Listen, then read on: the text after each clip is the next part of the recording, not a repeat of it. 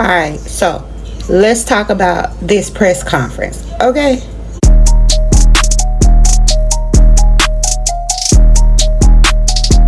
Finesse, 2 on.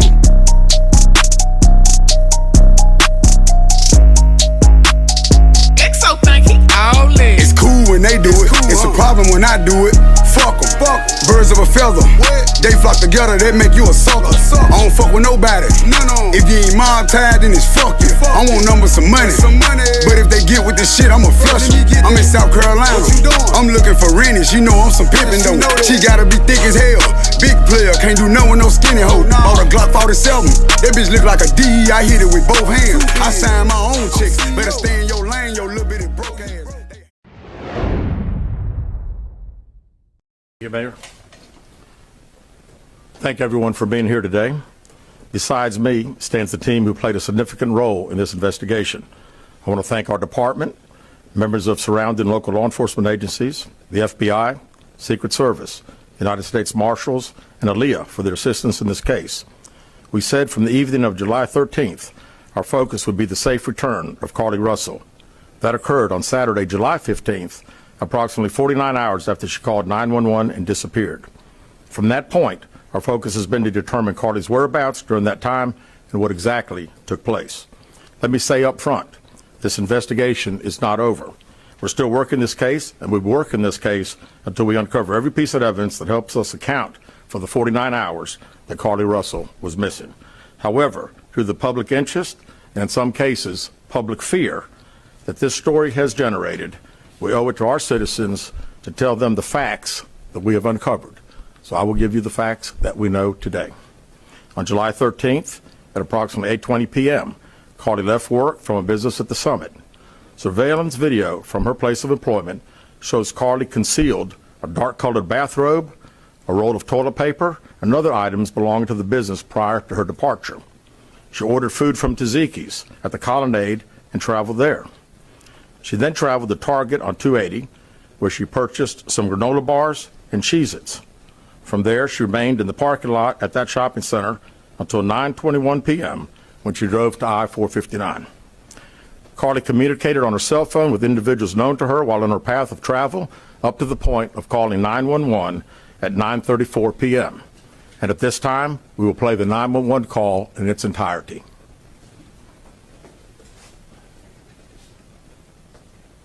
How are you?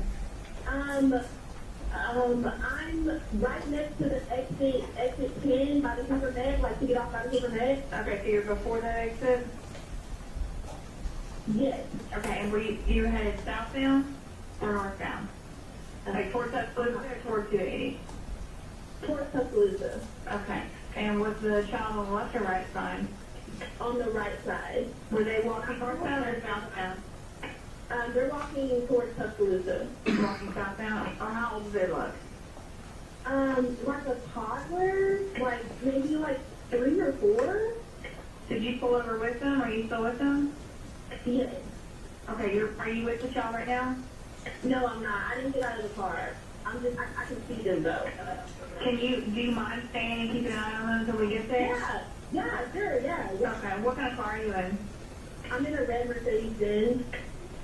Is that a sedan or SUV? SUV. I mean, it's a sedan. Sorry. Can you put your hazards on for me? Yeah, they're on. Okay. Did you talk to the child at all, or did you say anything to them? No. Okay. No. Do they look like they're injured? No, they don't. Are they white, black, Hispanic, or Asian? They're white. Okay. Is it male or female? I think it's a boy, a little boy. Right now? Okay. So is he wearing clothes? Yes. Okay. What is he wearing? It's a white t-shirt, and it doesn't look like he has any pants on. It looks like a diaper. And you don't see any cars anywhere? No, no cars anywhere.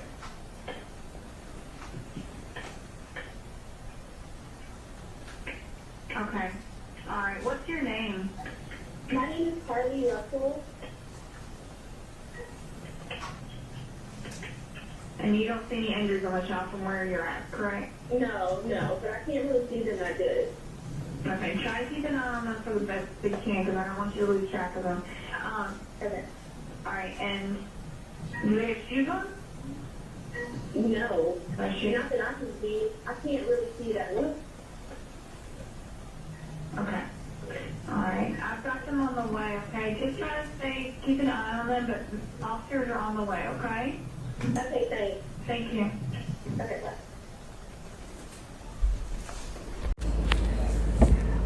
Okay, so let's talk about it. So the reason I put the arrows in the back of the car is because I wanted y'all to pay attention to the back, because you see how the cars had their brights on, because that street is that freeway is so dark. You have to have your brights on that freeway at night, okay? And do you see she has to go past whatever she saw? So I was trying to get y'all to look at behind her to see if you see any baby. No baby. Okay, no baby behind her. And do you see how she just kept going straight? She just kept moving forward. So okay, at the press conference they said that on the recording they told her to keep her hazardous lights on, which she did, but she just kept going straight. And her calmness in that phone call, I know if I saw a baby that small on that freeway at that time of night, I'm gonna be a little bit more frantic than she was. She was very, very calm. Okay, so first things first, no baby behind her. She never stopped, none of that. So yeah, let's keep going. Carlee called a relative after speaking with the 911 operator. She went missing during that conversation sometime after 9:36 p.m. Traffic camera footage was obtained which depicted this portion of the incident, and that footage was analyzed as part of the investigation in conjunction with the 911 call and cell phone data to accurately determine the time frame. Carlee's 911 call remains the only report of a child on the interstate, despite numerous vehicles passing through the area at that time. No one has called to report that a child is missing, and the Hoover Police Department did not locate any evidence of a small child walking down the interstate. Data from Carlee's phone, including her Life 360 app, shows that she traveled approximately 600 yards in her vehicle while she was on the phone with 911, stating that she was following a child. 600 yards. That is 6 football fields straight. 600 yards. The Hoover 911 Center received a second call from Carlee's mother, stating that a relative was on the phone with her when they heard Carlee scream, and then they had an open phone line. Hoover police officers arrived on the scene within 5 minutes of being dispatched, and several other officers arrived shortly. They located Carlee's wig and cell phone in the grass near the vehicle. Her purse was located in the front seat of her vehicle with her Apple Watch in the purse. The food she ordered for Tzatziki's was also in the car. The items she purchased from Target, as well as the items taken from her place of employment, were not in the vehicle, nor were they located anywhere around the scene. Hoover police deployed all available assets from the point in the search for Carlee. Additional resources were called in to include our own drone unit, crime scene investigators. Numerous detectives responded to the scene. Throughout the day Friday, officers from surrounding local and federal agencies assisted Hoover police in the search for Carlee Russell. Officers returned to the scene on 459 to conduct a thorough line search for evidence. K-9 teams from the Jefferson County Sheriff's Department responded to check for any sign of Carlee, the child that she claimed to see, and anything else that could be considered evidence in this case. Those searches all turned up empty. Private citizens, including search parties organized by our family, friends, began looking everywhere that they could to find any trace. These searches took place throughout the day Friday and again on Saturday, yielding nothing. At 10:44 p.m. on July 15th, the Hoover 911 Center receives a call from Carlee's residence stating that she returned home on foot. In subsequent investigations, detectives obtained surveillance footage of Carlee walking down the sidewalk alone prior to arrival at her residence. She was conscious and speaking with paramedics when she was transported to UAB. Detectives were able to obtain a brief statement from her prior to being treated and released. During the statement, she told detectives that while traveling down the interstate, she saw a baby walking down the side of the road and called 911. She stated when she got out of her vehicle to check on the child, a man came out of the trees and mumbled that he was checking on the baby. She claimed that the man then picked her up and she screamed. She stated he then made her go over a fence. She claims he then forced her into a car, and the next thing she remembers is being in the trailer of an 18-wheeler. She stated that the male was with a female. However, she never saw the female, only hearing her voice. She also told detectives she could hear a baby crying. She told detectives the male had orange hair with a big bald spot on the back. She said she was able to escape the 18-wheeler and fled on foot, only to be captured again and then was put in a car. She claimed she was then blindfolded but was not tied up because the captor said they did not want to leave impressions on her wrists. She said that they took her into a house and made her get undressed. She believes they took pictures of her, but she does not remember them having any physical or sexual contact. She stated the next day she woke up and was fed cheese crackers by the female. She said the woman also played with her hair but could not remember anything else. At some point, she was put back in a vehicle she claims was able to escape while it was in the West Hoover area. She told detectives she ran through lots of woods until she came out near her residence. During this interview, detectives noted that Carlee had a small injury to her lip, and she claimed that her head was hurting. She also had a tear in her shirt. Detectives also noted that she had $107 cash in her right sock. Out of respect for Carlee and her family, detectives did not press for additional information in this interview and made plans to speak with her in detail after giving her time to rest. Detectives continue analyzing data from Carlee's cell phone that was left behind at the scene. We enlisted the help of the United States Secret Service in conducting this analysis. Part of what data includes several internet searches in the days leading up to her disappearance that I think are very relevant to this case. On July 11th at 7:30 a.m., the term, "Do you have to pay for an Amber Alert?" was searched. On July 13th at 1:03 a.m., the day of her disappearance, the term, "How to take money from a register without being caught," was searched. On July 13th at 2:13 a.m., the day of her disappearance, the term Birmingham bus station was searched. On July 13th, 2:35 a.m., a search for a one-way bus ticket from Birmingham to Nashville was conducted with a departure date of July 13th. On July 13th at 12:10 p.m., a search for the movie Taken, a film about abduction, was conducted. There were two searches related to Amber Alerts on a computer at Carlee's place of employment, including one regarding the maximum age of an Amber Alert. There were other searches on Carlee's phone that appeared to shed some light on her mindset, but out of respect for her privacy, we will not be releasing the content of those searches at this time. We've asked to interview Carlee a second time, but have not been granted that request. As you can see, there are many questions left to be answered, but only Carlee can provide those answers.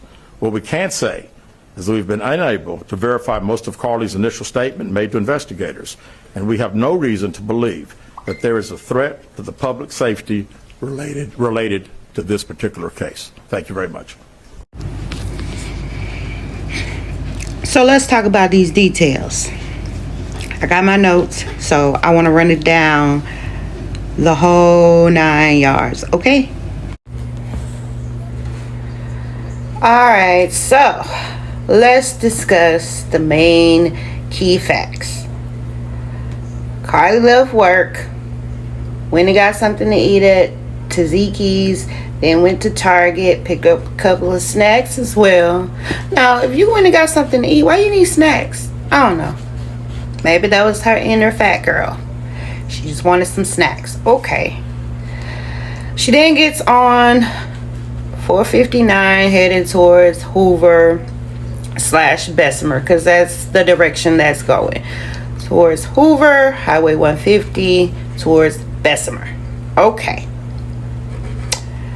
Alright, so Carlee says she saw a toddler on the side of that freeway. Mind you, it's 9 o'clock at night. She says she pulls over, she called the police, then call her mama. Mama hears the scream, boom, Carlee's missing. Police show up. That's where this first came about. Okay. Now, during this press conference today that I just played for y'all, if you listen to every single details, it doesn't make sense. Doesn't make sense at all. I'm going to start with the baby. I already told you that's definitely a lie that she saw a baby on the side of that freeway. I'll start there. Now let's start with her. Well, when the police came, first let's start with the fact that Hoover police said nobody else had called them about a missing child. Nobody even called them reporting they saw a child on that freeway. And trust me, if there was one spotted, somebody else would have made that same phone call, not just the one person. Let's start there. Also, if you can see in the video of the actual footage, you see how all of those cars had their bright lights on because it's really dark on that freeway, and how because Carlee was pulled over on the side with her hazardous light on, everybody that was to the left of her were getting over to the left-hand lane so that, you know, to get out the way. They do have to merge into the other lane passing by her. Okay. Now, fast forward to the police arriving at the area. No Carlee. They did say that after reviewing the video, Carlee she kept moving for like 600 yards, which is equal to 6 football fields going straight. Now y'all see why I say she kept moving forward. There's no way she could have saw a child because no backing up. She just kept moving forward, and apparently she moved forward so far it could have equaled up to 6 football fields. Yeah. Now, so they arrived. They said they only found her wig and her cell phone in the grass near the vehicle, but they say inside the vehicle they found Carlee's purse with her Apple Watch inside of the purse. Now, backtrack. Police did go back and review the footage of the Target of what she bought. She bought some cheeses and some granola bars. They found out that old girl was stealing from her job. She stole like a bathrobe, some toilet paper, and some other stuff. They didn't really go into details what those items were, but she stole them. Okay, she stole them for her job. Now, they did not find any of the snacks that she bought from Target, and they didn't see the robe or the toilet paper that she stole from her job. Mind you that this girl had just left work, went to Tzatziki's to get food, went to Target, but some kind of way only the Tzatziki's was left in the car along with her purse and her Apple Watch. None of the snacks that she bought was left in the car, and also the stuff she stole from her job was not in the car either. So I guess her abductor let her go back and get her snacks and her bathrobe and toilet paper, I guess. I don't know.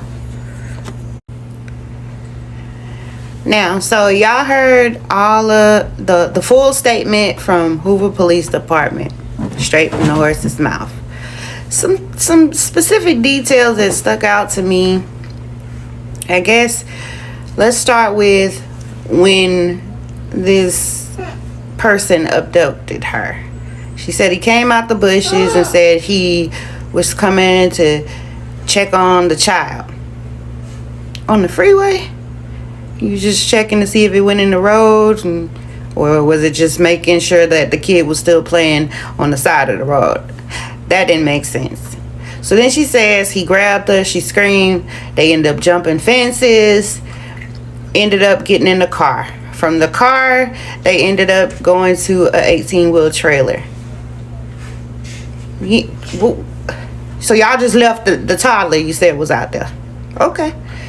You left the toddler. So you ends up at this 18-wheel trailer. Well, some kind of way the toddler done ended up in the 18-wheel trailer with some unknown woman. You don't see the woman, you just hear her voice. But you're not blindfolded. At least not at this point. That's what confused me. Okay, so some kind of way you done fought your way out and escaped, girl. Carlee, you done got loose. They end up catching your ass. Then you say you get into the car. They didn't put you back into the 18-wheeler, but they put you in a car this time to go back to the 18-wheeler. Okay. So now you're blindfolded, but they didn't tie you up. You said they didn't tie you up because they didn't want you to have marks on your arms, which I ain't never heard of an abductor. If you escaped them once and they caught you, I would have thought they would have tied you up next to make sure you don't try to escape again. But I don't know. I'm not a kidnapper or abductor. I'm not a criminal. So skip past that. You said that the lady that was there, they made you get naked. They made you take off your clothes and you think they took pictures of you. Okay. Then you said the lady was playing in your hair and was feeding you Cheez-Its. Was it the Cheez-Its you bought from Target, girl? They let you go back to your car to get your snacks out the car and said, go, girl, go get your snacks. You know, you're going to be with us for a while. Is that how that happened? I had questions about that. Okay. So they strip you naked, but then you get dressed again. So some kind of way you escaped again. You escaped again, ran into some bushes till you made it all the way back home. Boom. You get home, you didn't tell the police your story, whole story. But the police said they ended up finding $107 in your sock. So remember when you said, Miss Carlee, you said that they made you get naked. They told you to get naked and leave your socks on. So they wanted the naked photos with your socks on. And why they ain't take the $107? And since you stole the bathrobe and the toilet paper from your job, did you steal that $107 from your job too? I got questions. I really got questions.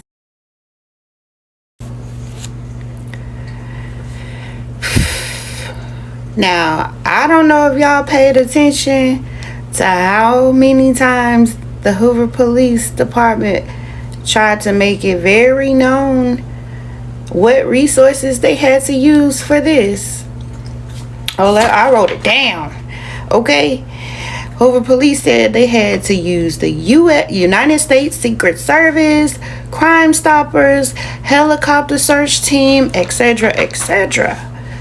Now, according to the Hoover Police, when they scrubbed her phone to see what activities she had done prior to this quote-unquote abduction, girl, did y'all see and hear them say she was searching like Amber Alert stuff and how to steal from your job without getting caught? Did y'all hear that? Did y'all pay attention to the time she was researching this shit hard the night before? And I'm talking about in the wee hours of the morning, like 1 a.m. in the morning, 2 a.m. in the morning. She stayed up all night thinking she had this plan down packed. Do you hear me? Now, I don't know if y'all know or not, but let me tell y'all something about Hoover Police. Even though he couldn't really say that he was frustrated with the whole thing, he couldn't say that publicly. I know they were frustrated. It was like, this, just why? What was the reason for this? What was the reason? I had a reason. What was the reason? What was the reason? I just explained the reason. What was the reason, bitch? Did you want some attention or something? Like, you made them spend money. Girl, what? I'm lost for words. I'm really lost for words. And now they saying that they've tried to reach back out to get a follow-up interview with her. However, she hasn't responded to them. She ain't talking to them no more. But you got mommy and daddy out here doing like interviews with news people and getting ahead of Red Roof in parts of the story. Like, girl, I'm gonna tell you like this. Hoover, I would say I'll give it at least 72 more hours. If you don't go talk to them, you think your face not going all over the news with a warrant for you? They'll put a warrant on your ass to get you in there to talk to them, because they need answers. They need answers. Not to mention all these people that donated. The other lady, her daughter was actually missing and ended up, being unalive at the aftermath. I wonder how she's feeling right now. Like, girl, you don't want to talk no more. Oh, but wait. I'm not on Facebook, but I had heard from my homegirl, Geechee Girl TV, that Miss Carlee Russell was all on Facebook, updating statuses and shit. Check it out.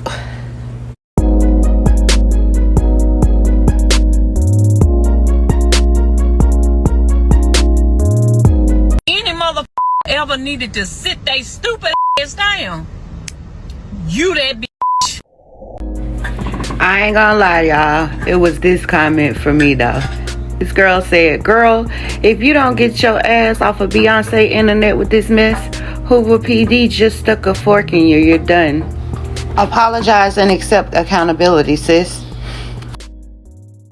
This stuff is getting out of hand.